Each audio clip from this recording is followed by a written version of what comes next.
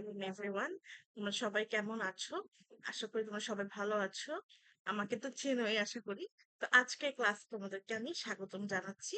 তো আজকে আমরা রসায়নের একটা ইম্পর্টেন্ট চ্যাপ্টার পড়বো। এখন তোমরা বলতে পারো মাঝখানে চ্যাপ্টারটা আপু কই হাপিস করে দিল। আপু মাঝখানে চ্যাপ্টারটা হাপিস করিনি। আমরা থার্ড চ্যাপ্টার আজকে একটু শেষ করে ফেলবো, কারণ এটা একটা বেসিক পড়া এবং এটা ইজি, অনেকটা ইজি পিসি। এখন আসো আমরা শুরু করি। আমরা আজকে ক্লাসটা পার্ট ওয়ান এর উপর নিব। তো পদার্থের গঠন, তার মানে পদার্থের বিভিন্ন স্ট্রাকচার নিয়ে আমাদের কথাবার্তা হবে। তো পদার্থ কি, এটা তো আমরা জানি যে পদার্থ কি কাকে বলে। মানে পদার্থ তুমি তোমার চারপাশে যা দেখতে পাও, তোমার ওড়না, তোমার জামা কাপড়, কিংবা ধরো তোমার শার্ট, কিংবা তুমি যে কলম দিয়ে লিখছো, কিংবা ধরো তুমি পানি খাচ্ছ, তুমি খাবার খাচ্ছ, সবগুলোই কিন্তু পদার্থ। তো পদার্থ সার্টেন দুইটা জিনিস যেটা ভর থাকবে এবং জায়গা দখল করবে, তাকে পদার্থ বলে। একদম পিচ্চিকালের সংজ্ঞা এটা। তো পানি, বায়ু, কাঠ, লোহা, এগুলো সবকিছুই মানে পদার্থ। তো আমরা একটু বইয়ের দিকে ফোকাস দিলে, যেহেতু আমি বইটাকে একটু বেশি বাইবেল হিসেবে চিন্তা করে পড়াই, যেমন এখানে তোমার বইয়ে বলা হয়েছে, আমরা যে আগে একটা চ্যাপ্টারে, আমরা যে প্রথম চ্যাপ্টারে পড়ছিলাম কি, মাটি, পানি, বায়ু এবং আগুন ইত্যাদি দিয়ে গিয়ে বস্তুগুলো তৈরি হয়। এই কনসেপ্টটা কি চ্যাপ্টার ওয়ানে আমরা শেষ করে আসছি। তো দেখো, গ্রিসের বিজ্ঞানী ডেমোক্রিটাস, ওনার কাহিনী বলা হয়েছে। অ্যাটম কাকে বলা হইলো। তারপর এখানে অনেকগুলো হিস্ট্রি আছে, যেটা তোমরা নিজেরা পড়বে। অ্যাটম বা পরমাণুর সূচনা যেখান থেকে আসে, অবিভাজ্য, বিভাজ্য, এইসব জিনিসপাতিগুলো আমরা পড়বো। তো আসো আমরা আজকের পড়াটা বই থেকেই পড়বো, তারপর আমরা মিলাবো। তো শুরু করি। মৌলিক পদার্থ। মৌলিক পদার্থ কি জিনিস, আমরা যদি সংজ্ঞাটা একটু ঘুরে আসি। মৌলিক পদার্থ এমন একটা জিনিস যেটা তোমার কি বলবো, মানে এখানে দেখো, সরি, এখানে পরমাণুর ধারণা, ডাল্টনের পরমাণু তত্ত্ব। পরমাণুর ধারণা মানে কি, তোমার কোনো মৌলের ধর্ম বজায় রেখে যদি কি কোনো একটা ক্ষুদ্রতম কণা অংশগ্রহণ করে, তাকে পরমাণু বলে। মানে অসংখ্য পরমাণু নিয়েই কিন্তু তোমার মৌলটা গঠিত হয়। মানে সবচেয়ে ক্ষুদ্রতম কণা যেটা একটা আরেকটার সাথে কম্বাইন করে অনুগঠন করে, সেটাকেই বলে গিয়ে পরমাণু। প্রথম ধারণা কে দেয়? গ্রিক দার্শনিক ডেমোক্রিটাস। এবং ডাল্টনের পরমাণু তত্ত্ব বলতে কি কি বোঝে, জল ডাল্টন কি বলে, এটা একটি ইম্পর্টেন্ট, যে পদার্থ ক্ষুদ্র অবিভাজ্য কণা দ্বারা গঠিত। মানে এমন কণা দিয়ে গঠিত যেটাকে আর ভাঙতে পারবে না। এক মৌলের পরমাণু একই রকম। যেমন ধরো হাইড্রোজেন, হাইড্রোজেনের সবগুলো পরমাণু একই রকম।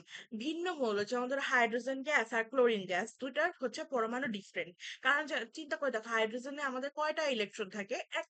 ক্লোরিনের থেকে 17টা। তার মানে এর পরমাণু গঠনটাও ডিফারেন্ট হবে। আর কি, রাসায়নিক বিক্রিয়ায় পরমাণু সৃষ্টি ও ধ্বংস, এটা সেই শক্তি নিত্যতার সূত্রে আমরা পড়ে গেছি। এখন দেখো, পরমাণুর দুইটা গঠন এখানে বলা হয়েছে। তো আমরা বেসিক্যালি আমরা দেখতে যাবো মৌলিক পদার্থ কাকে বলে। তো মৌলিক পদার্থ গিয়ে বেসিক পদার্থ। মানে তুমি ধরো কোনো একটা জিনিস, যেমন ধরো কাগজ। তো কাগজটা বেসিক্যালি কি, প্রধান উপাদান কি? সেলুলোজ।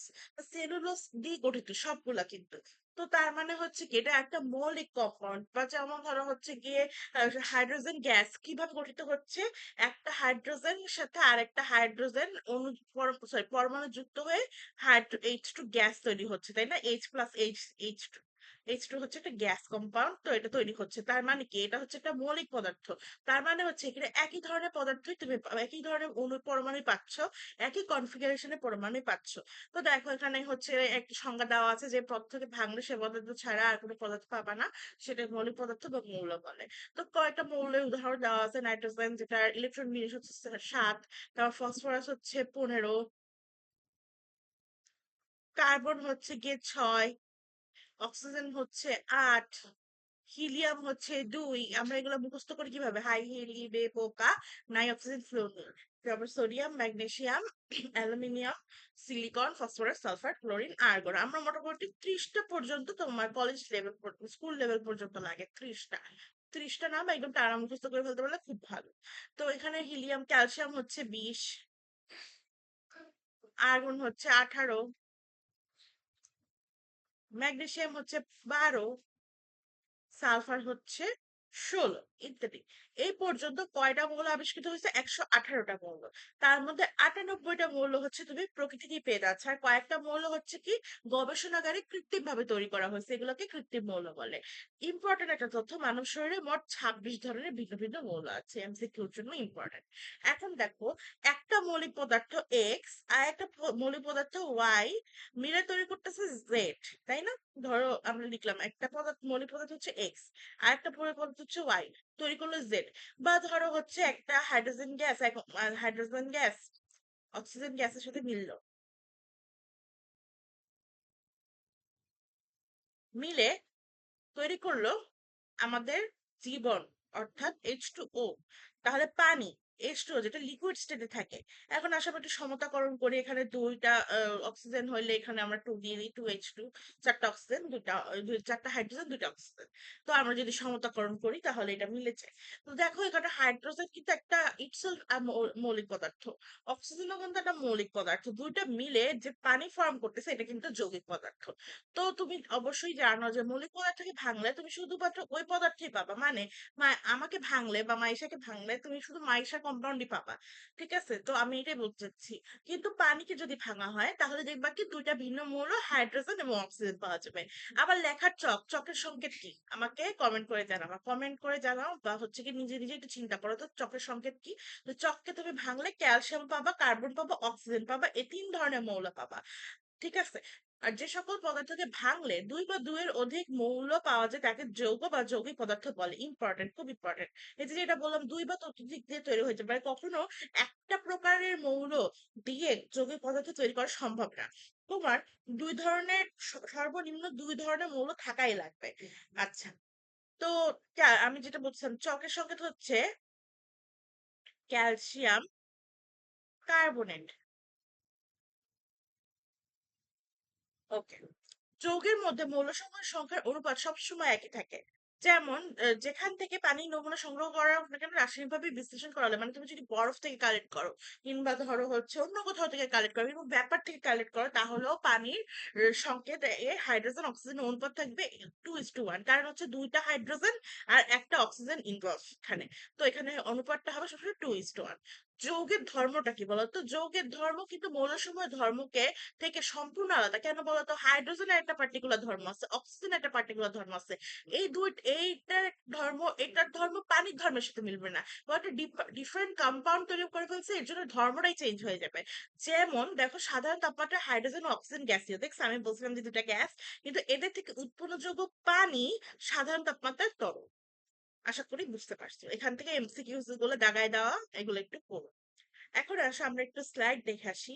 এত কষ্ট করে স্লাইড বানানো, যদিও এখানে হচ্ছে আমি স্লাইডে হচ্ছে ইলেকট্রন প্রোটন এগুলো সব সংজ্ঞা তোমাদেরকে অ্যাড করছি। এখানে হচ্ছে আমি তেমন আর কিছু একটা অ্যাড করি নাই, কারণ হচ্ছে এটা হচ্ছে তোমার লাস্ট মোমেন্টের হালকা ফুলকা একটা রিক্যাপের জন্য, যে তুমি এই চ্যাপ্টারটা ভালো মতো মানে পড়ছো কিনা, সব টপিক কভার হয়েছে কিনা এটা দেখতে পারবা। এখন আসো পরমাণু ও অণুর কনসেপ্টে। বললাম তো যে পরমাণু হচ্ছে একটা, এটা ধরো একটা হচ্ছে গিয়ে দাঁড়াও, এটা একটা বল, সরি বলটা হচ্ছে খুব যত্ন দেখতে স্যার জানি। তো এই বলটাকে আমরা যখন ভাঙতেছি তখন এরকম কয়েকটা কণা পাচ্ছি। তারপর এটাকে আমরা যখন ভাঙতেছি তখন একদম চোখে দেখা যাচ্ছে না এমন একটা কণা পাচ্ছি, মানে একদম ক্ষুদ্রতম একটা কণা যেটার মধ্যে মৌলের গুণাগুণ বর্তমান থাকে, মানে এরকম কয়েকটা কণা মিলে তো এই স্টেটে আসছে। তারপর তারপর এই স্টেটে আসছে, তার মানে এইটার ভিতরে যে গুণটা আছে এই গুণটা তো এটার মধ্যে থাকবে, তাই না? তো এটাই, যেমন হচ্ছে কি নাইট্রোজেনের পরমাণুতে নাইট্রোজেনের ধর্ম বিদ্যমান আর অক্সিজেনের পরমাণুতে অক্সিজেনের ধর্ম বিদ্যমান। দুই বা দুইয়ের অধিক, অবভিয়াসলি দুইটা, দুই বা দুইয়ের অধিক পরমাণু পরস্পরের সাথে রাসায়নিক বন্ধনের মাধ্যমে, কোন বন্ধন? রাসায়নিক বন্ধন মোটামুটি দুই ধরনের হয়, তাও আরো কয়েকটা ক্যাটাগরি আছে। একটা হচ্ছে আয়নিক বন্ধন, একটা হচ্ছে সমযোজী বন্ধন। যে কোনো একটা রাসায়নিক বন্ধনের মাধ্যমে তারা যদি যুক্ত হয় দুই বা দুইয়ের অধিক পরমাণু, তাহলে সেটাকে আমরা বলতেছি অণু। তো রাসায়নিক বন্ধন সম্পর্কে আমরা হচ্ছে পঞ্চম অধ্যায়ে বিস্তারিত জানতে পারবো, একটা হিউজ চ্যাপ্টার আছে, ভালো চ্যাপ্টার। দুটি অক্সিজেন পরমাণু পরস্পরের সাথে যুক্ত হয়ে অক্সিজেন অণু গঠিত হয়।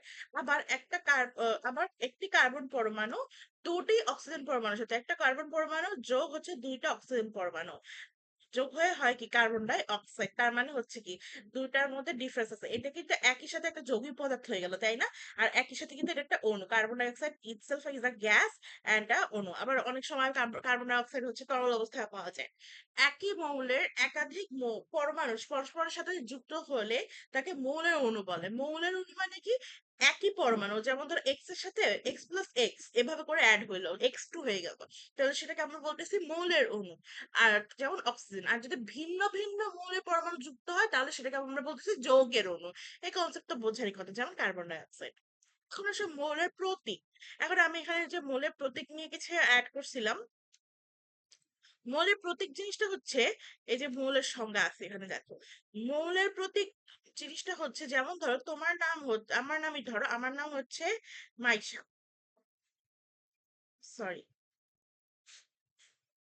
মাইশা।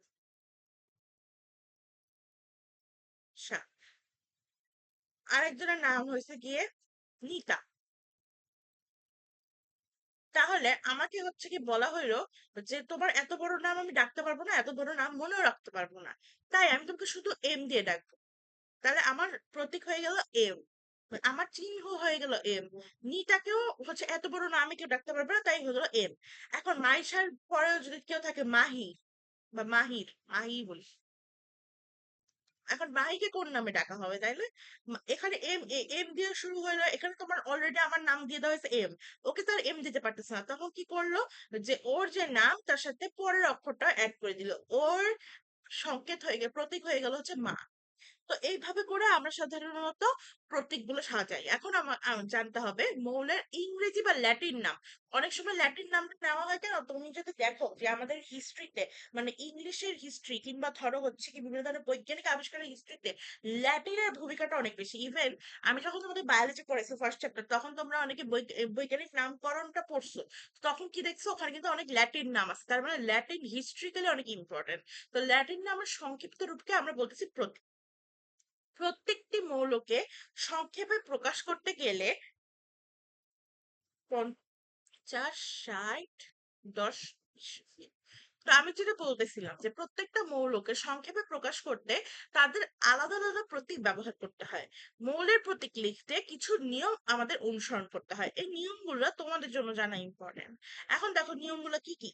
প্রথমত, মৌলের ইংরেজি নামের প্রথম অক্ষর দিয়ে, কি অক্ষর দিয়ে, প্রথম অক্ষর দিয়ে প্রতীক লেখা হয় এবং ইংরেজি বর্ণমালা বড় হাতের অক্ষর দিয়ে প্রকাশ করা হয়। একদম একদম জানা কথা, তোমরা এইট থেকে এটা পড়তেছো। তাহলে যেমন কি হলো, হাইড্রোজেনের প্রতীক হচ্ছে এইচ, কার্বনের প্রতীক হচ্ছে সি, অক্সিজেনের প্রতীক হচ্ছে ও, ইত্যাদি। যদি দুই বা দুইয়ের অধিক মৌলের ইংরেজি নামের অক্ষর একই হয়, যেটা আমি বলছি যে যদি মাইশা থাকে মাহি থাকে, তখন কি হবে, তাহলে আমরা কি করব, নামের প্রথম অক্ষর দিয়ে প্রকাশ করব, অন্যগুলোর ক্ষেত্রে প্রতীকটা দুই অক্ষরে লিখবো, যেমন এখানে আমি মা দিয়ে লিখছি। তো এখানে তোমার কয়েকটা ইসের কনফিউশন আছে, যেমন ধরো হচ্ছে সিলিকন আর সালফার দুইটা কিন্তু এস দিয়ে শুরু হয়, কিন্তু সিলিকনের পরে একটা আই দিয়ে আমরা প্রকাশ করি। তো এখানে তুমি মৌলের প্রতীকটা থেকে একটু দেখতে পারো, যেমন কনফিউজিং যেগুলো কোবাল্ট, ক্যাডমিয়াম, ক্রোমিয়াম, এগুলো তো এখন তোমরা ইউজ করো না, তাই তোমাদের মুখে এখন আসবে না। দেখো এখানে প্রত্যেকটা কিন্তু সি দিয়ে শুরু, কিন্তু কার্বনের নামটা আগে ঠিক হওয়ার কারণে বাকিগুলোতে আমরা হচ্ছে গিয়ে অন্য নাম সিলেক্ট করছি। তো বিভিন্ন মৌলের হচ্ছে কি ল্যাটিন নাম থেকে নেওয়া হয়েছে, এগুলো একটু পড়ে রাখবো। সোডিয়ামকে আমরা না বলি কেন, নাট্রিয়াম। সোডিয়ামের ল্যাটিন নাম, কপারের হচ্ছে কিউপ্রাম, এটা জানো তোমরা। পটাশিয়ামটা জানো না, ক্যালিয়াম, এটা আমরা যাই না তেমন একটা। Argentum, Ag, silver important. Tin হচ্ছে স্ট্যানাম, এটাও ইম্পর্টেন্ট। অ্যান্টিমনিটাও ইম্পর্টেন্ট, এসবি। গোল্ড অরাম, এটা জানি আমরা। লেড মানে প্লাম্বাম। টাংস্টেন মানে উলফার্ম, এটা এটা হচ্ছে কি ইম্পর্টেন্ট, সরি, স্টার। তারপর হচ্ছে আয়রন মানে ফেরাম, এটা বারবার ইউজ করা হয়। মায়াকারি হচ্ছে হাইড্রোজেনাম। তো এগুলো একটু জানতে হবে, একটু পড়তে হবে। আমি তো বলেই দিলাম যে তোমার প্রতীক সংকেত পর্যায় সারণী থেকে আমরা কত নম্বর পর্যন্ত পড়বো। 1 থেকে 30। এখন আসো, এখন এই যে দেখো চতুর্থ অধ্যায় পর্যায় সারণী থেকে কিছু মূল্যের নাম ও প্রতীক সংগ্রহ করে তোমরা শিক্ষককে দেখা, দেখছো? এখন কথা হচ্ছে, তোমরা অনেকে মানে হচ্ছে হয়তো বা চাও যে আমি স্লাইড দেখে একদম প্রপারলি স্লাইড মেক করে পড়াই, কিন্তু আমি আসলে হচ্ছে দেখলাম যে সবাই মূল বই থেকে অনেকটা ডিটাচড। আর এর জন্য দেখা যায় যে এমসিকিউ তো একটা মানে ভালো পরিমাণ ধরা আমাদের পোলাপানরা খায়। তো আমি চাচ্ছিলাম যে হচ্ছে বই থেকে তোমরা একটু পড়ো, তাহলে তোমাদের এমসিকিউস গুলো অন্তত ক্লিয়ার হবে এবং বইয়ের সাথে তোমাদের একটু কানেকশন থাকবে। যদিও আমাদের দেশের, আমি একটা ভিডিওতে বলছিলাম যে হচ্ছে কি, কেমিস্ট্রি আর হচ্ছে গিয়ে ফিজিক্স বই, এই দুটা বই হচ্ছে কি এসএসসি লেভেলে প্রপারলি গুছানো না, 1 নাম্বার। আর 2 নাম্বার হচ্ছে প্রপারলি ইনফরমেশন দিয়ে এনলাইটেন করা না। এই কারণে হচ্ছে বাচ্চারা হচ্ছে গিয়ে দেখা যায় অন্য জিনিসে শরণাপন্ন হইতে হয়। তো আসো, সংকেত, ফর্মুলা, সংকেত মানে কি ফর্মুলা, আমরা ফর্মুলা রাখা শিখি। যেমন হচ্ছে একটা হাইড্রোজেনের সাথে আরেকটা হাইড্রোজেন অ্যাড করলে হচ্ছে কি দুইটা হাইড্রোজেন হয়। তো এই যে দুটা হাইড্রোজেন হলো, তার এর জন্য হচ্ছে কি আমরা হাইড্রোজেনের প্রতীক জানি এইচ, তারপর কয়টা হলো, দুইটা হলো, তাই লিখবো আমরা H2। তো হাইড্রোজেন একটা অণুকে প্রকাশ করতে H2 ব্যবহার করা হয়, যার অর্থ একটি হাইড্রোজেনের অণুতে দুটি হাইড্রোজেনের পরমাণু আছে। আবার আবার পানির একটা অণুতে প্রকাশ করলে H2O ব্যবহার করা হয়। তাহলে আমরা কি বুঝতেছি, দুইটা হাইড্রোজেন পরমাণু আর একটা অক্সিজেন পরমাণু মিলে একটা অণু গঠন করছে, সেটা হচ্ছে পানি। তো পানির একটা অণুতে দুটি হাইড্রোজেন এবং একটা অক্সিজেন পরমাণু থাকে। এখানে কয়েকটা সংকেত দেওয়া আছে, তোমরা এগুলো সবই পড়ছো। N2 অ্যামোনিয়া পড়ছো, ক্লোরিন পড়ছো, H2 সালফিউরিক অ্যাসিড পড়ছো, হাইড্রোক্লোরিক অ্যাসিড পড়ছো। ওকে, পরমাণু সাংগঠনিক কণা। এখন একটা পরমাণু, আমি ধরো তোমাদেরকে একটা পরমাণু চিত্র দেখাই, যেমন ধরো সার্কেল আঁকি তোমাদের জন্য। ধরো, যারা সার্কেলের গোলাটা ছোট করে,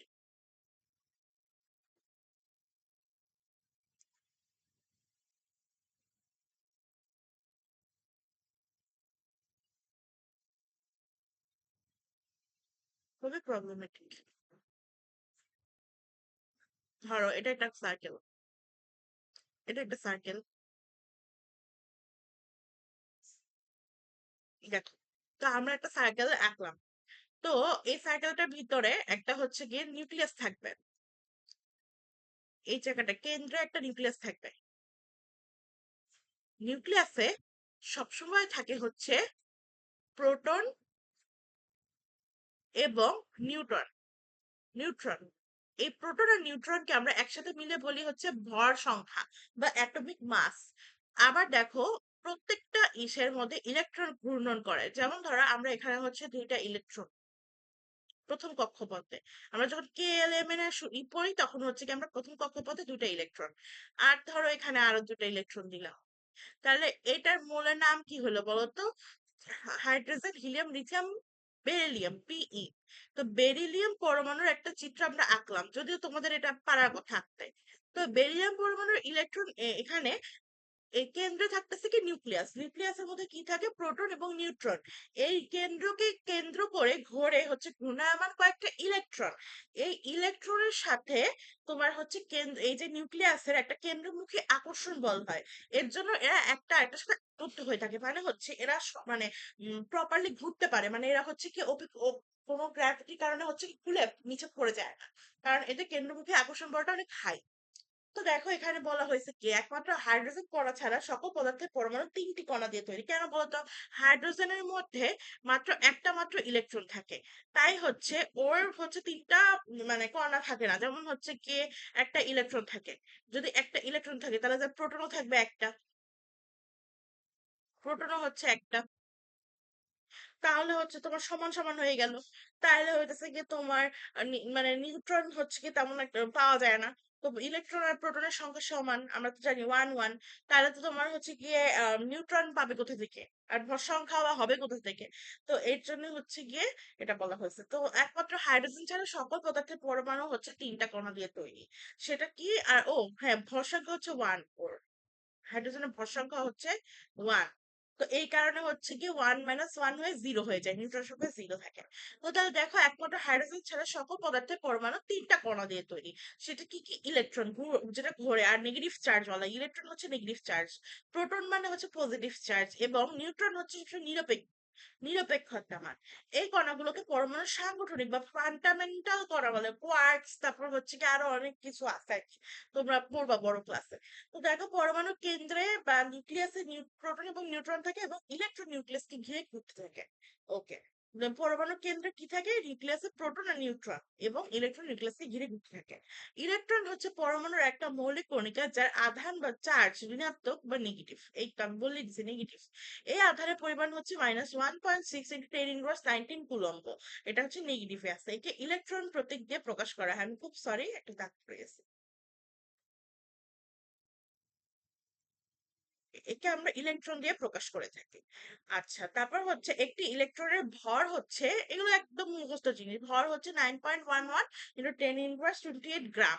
আর যদি পরীক্ষার হলে একটা অপশন থাকে 9.11 ইন্টু 10⁻28 কেজি, এটা কি হবে? ভুল। কারণ তোমার তখন গ্রামটাকে কেজিতে কনভার্ট করে নিতে হবে, কনভার্ট করে নিলে হবে 9.11 ইন্টু 10⁻31 গ্রাম। সরি কেজি, খুব সরি, কেজি। ইলেকট্রনের আপেক্ষিক আদান অবভিয়াসলি -1 হবে, কারণ মাইনাসে, এবং এর ভর প্রোটন এবং নিউট্রনের তুলনায় 1840 গুণ কম। এটা পরীক্ষায় কম আসে, তাও একটু জেনে রাখবো আর কি। তাই এর আপেক্ষিক ভর আলটিমেটলি 0। এটা একটা ছক আছে পরের পেজে, এই ছকটা তুমি জাস্ট পড়বা, তোমার এটার ভিতরে ব্যাখ্যা পড়া লাগবে না। স্টিল আপু একটু দেখা দিচ্ছি। দেখো, প্রোটন কি? প্রোটন হচ্ছে গিয়ে তোমার পরমাণুর অপর একটা মৌলিক কণিকা, যার চার্জ বা আধান হচ্ছে ধনাত্মক, পজিটিভ। আমরা তো বলেই দিলাম আগে, এর আধান কি, আমি বলছি কি, যে হচ্ছে ইলেকট্রন আর প্রোটনের সংখ্যা সমান, তার মানে ইলেকট্রন এবং প্রোটনের পরিমাণ, যেটা যতটুকু পরিমাণ ওটা সেমই হবে। তো এটা যেহেতু হচ্ছে কি প্রোটন ধনাত্মক, তাই 1.6 ইন্টু 10⁻19, এটাকে পি দিয়ে প্রকাশ করা হয়। একটি প্রোটনের ভর কত এটা জেনে রাখবো, 1.67 ইন্টু 10⁻⁻24 গ্রাম। এই জিনিসটা হচ্ছে গিয়ে মনে রাখবা, কোনটা গ্রামে নিলে কেজি, কোনটা কত কি, এটা মনে রাখবা। প্রোটনের আপেক্ষিক আদান +1, আপেক্ষিক ভর 1। এগুলো হচ্ছে কি নিজেদের জানার জিনিস, এগুলো হচ্ছে পড়ে নিবা। কারণ পরীক্ষায় হচ্ছে কি এগুলো সাধারণত কম দেয় এমসিকিউজ এ, কিন্তু তাও হচ্ছে মাঝে মাঝে জ্ঞান মূলকে দিতে পারে। নিউট্রন। নিউট্রন কি? নিউট্রন হচ্ছে যেখানে নিউক্লিয়াসের ভিতরে হচ্ছে কি প্রোটন এবং নিউট্রন একসাথে থাকে। তো যে কারণে হচ্ছে ইলেকট্রন মাইনাস এবং এটা প্লাস হয়ে যাওয়ার কারণে কাটাকাটিতে থেকে আর কোনো চার্জ থাকে না বা আধান থাকে না।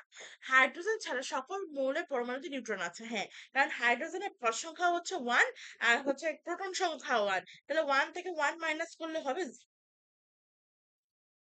ওকে, এখন দেখো। হ্যাঁ, তোমাদের ক্লাসগুলো আমি দেখলাম, ভালোই হচ্ছে কি তোমরা ক্লাস করতেছো, কিন্তু আপকে হচ্ছে যদি কমেন্ট করো তাহলে আপুর জন্য আরো সুবিধা হয়, এবং কিভাবে পড়ালে তোমরা আরেকটু ভালো মতো বুঝবা সেটা আপুকে শেয়ার করতে পারো। তো দেখো, এখন হচ্ছে আমরা মৌলিক কণিকার ছকটায় আসছি, আমরা মৌলিক কণিকা নিয়ে একটু পড়লাম। পারমাণবিক সংখ্যা নিয়ে আমি একটু বলতে চাচ্ছি। পারমাণবিক সংখ্যা হচ্ছে কোনো, আচ্ছা, পারমাণবিক সংখ্যা।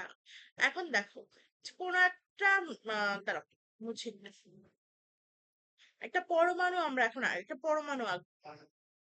ধরো হচ্ছে আঁকা যাইতে পারে হচ্ছে ফ্লোরিন, ফ্লোরিন বা হচ্ছে ফ্লোরিনই আঁকি আমরা।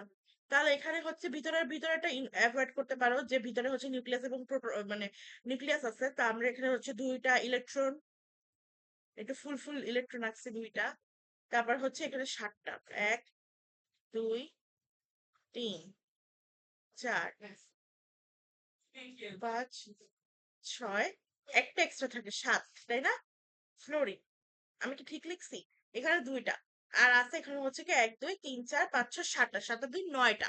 তাহলে বুঝতে পারতেছি এখানে যেটা ঘুরতেছে, আমি আগেই বলে দিছি যে আমাদের যতগুলো ইলেকট্রন ঘুরতে থাকে নিউক্লিয়াসের আশপাশ দিয়ে বা হচ্ছে কক্ষপথের মধ্যে দিয়ে বা শাখা, মানে আমরা যেটাকে বলি হচ্ছে বৃত্তাকার পথ, উপবৃত্তাকার পথ, অনেকে তো অনেক কিছু বলে। তো আমরা যেটাকে বলতেছি হচ্ছে গিয়ে ঘূর্ণায়মান ইলেকট্রন। আমি বলে দিছি যে তোমার নিউক্লিয়াসের মধ্যে সেই প্রোটন সংখ্যাটা সেমই থাকে, কখনো হচ্ছে কি প্রোটন সংখ্যাটা চেঞ্জ হয় না, মানে হয় বিভিন্ন কেসে, যখন তুমি ইলেকট্রন দান করো, গ্রহণ করো, তখন হচ্ছে ইলেকট্রন সংখ্যা চেঞ্জ হয়, বাট প্রোটন সংখ্যাটা কিন্তু একই থাকে সবসময়ের জন্য। তার মানে হচ্ছে যেহেতু ইলেকট্রন সংখ্যা আর প্রোটন সংখ্যা মান সেম, তার মানে আমরা বুঝতেছি যে ওইটাকে বলা হচ্ছে কি আমাদের কি পারমাণবিক সংখ্যা। দাঁড়াও,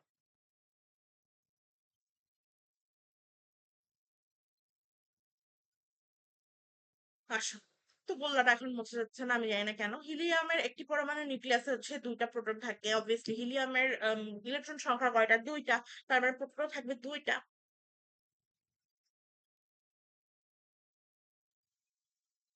খুবই যন্ত্রণাদায়ক একটা কাজ হইলো। মানে এটা এখন কিভাবে আমি, একটু আগেও হচ্ছে কি আমি করতেছিলাম।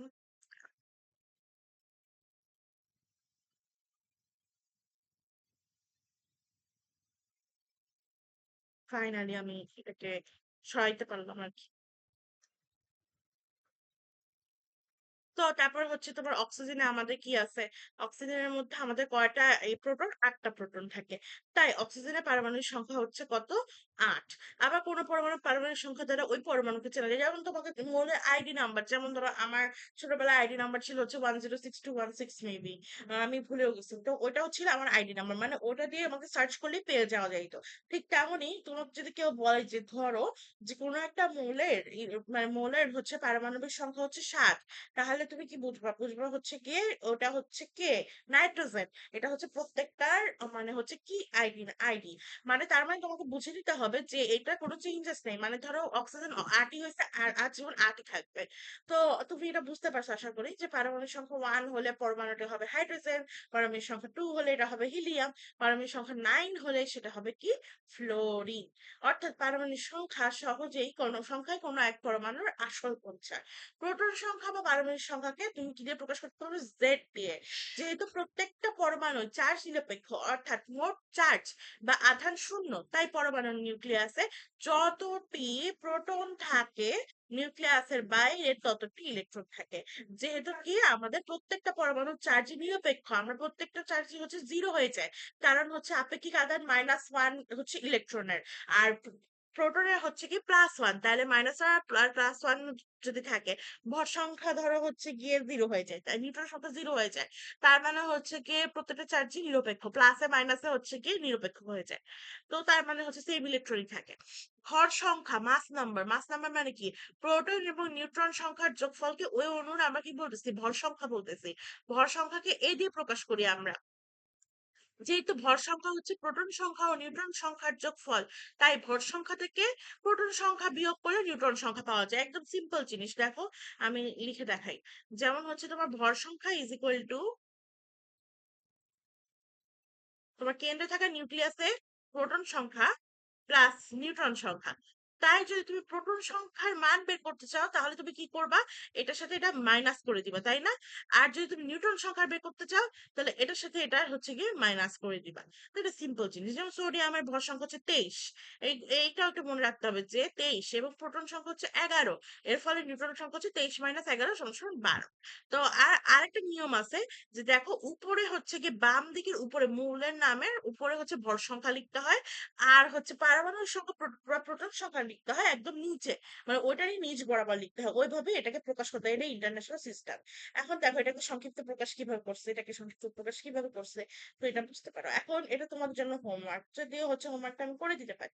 যেমন হচ্ছে এখানে বলছে কি মৌলের, আমরা এই দুটো মৌলের কি বের করবো, ভর সংখ্যা মানে হচ্ছে এ বের করব, প্রোটন সংখ্যা মানে জেড বের করব, এবং ইলেকট্রন সংখ্যা বের করব। ওকে, দেখ প্রথম সংখ্যায় আমরা ভর সংখ্যা পাচ্ছি হচ্ছে 7, আর প্রোটন সংখ্যা পাচ্ছি হচ্ছে কি কি, ভর সংখ্যা হচ্ছে 7, প্রোটন সংখ্যা হচ্ছে কি 3, আর তাহলে ইলেকট্রন সংখ্যাও কি 3 হবে। আর এখানে বলছে হচ্ছে গিয়ে তোমার বেরিলিয়াম, বেরিলিয়ামের কি 9, প্রোটন ভর সংখ্যা এ, তাহলে হচ্ছে প্রোটন সংখ্যা 4, আর ইলেকট্রন সংখ্যা হচ্ছে গিয়ে কি, ইলেকট্রন সংখ্যা বলতো, ইলেকট্রন সংখ্যা তাহলে সেমই হবে যদি এরকম থাকতো। আহ 23।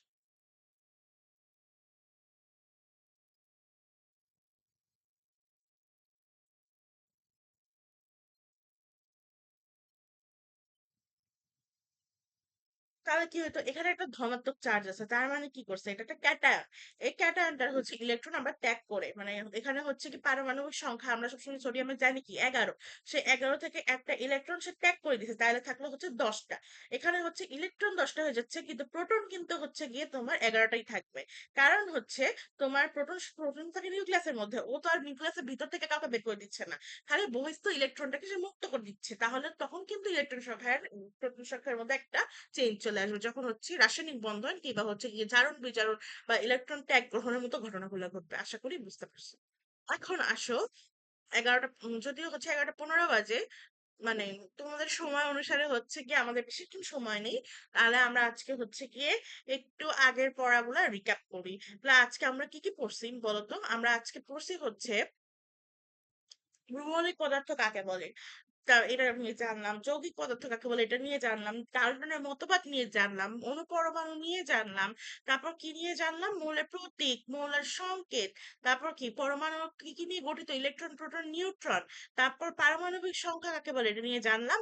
তো আমি হচ্ছে গিয়ে তোমাদেরকে স্লাইড থেকে একটু ঘুরে নিয়ে এসেছি, যে স্লাইডে হচ্ছে আহামরি তেমন কিছুই আমি অ্যাড করি নাই।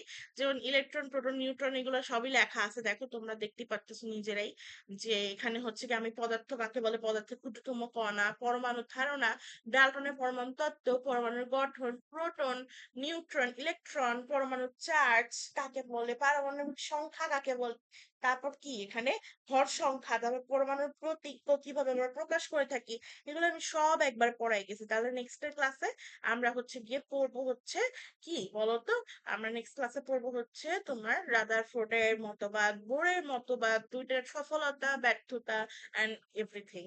তো আজকের মতো ক্লাস আমি এখানেই শেষ করছি। ভালো লাগলে ক্লাসটা শেয়ার করে দিও এবং কমেন্ট করো। আসসালামু আলাইকুম।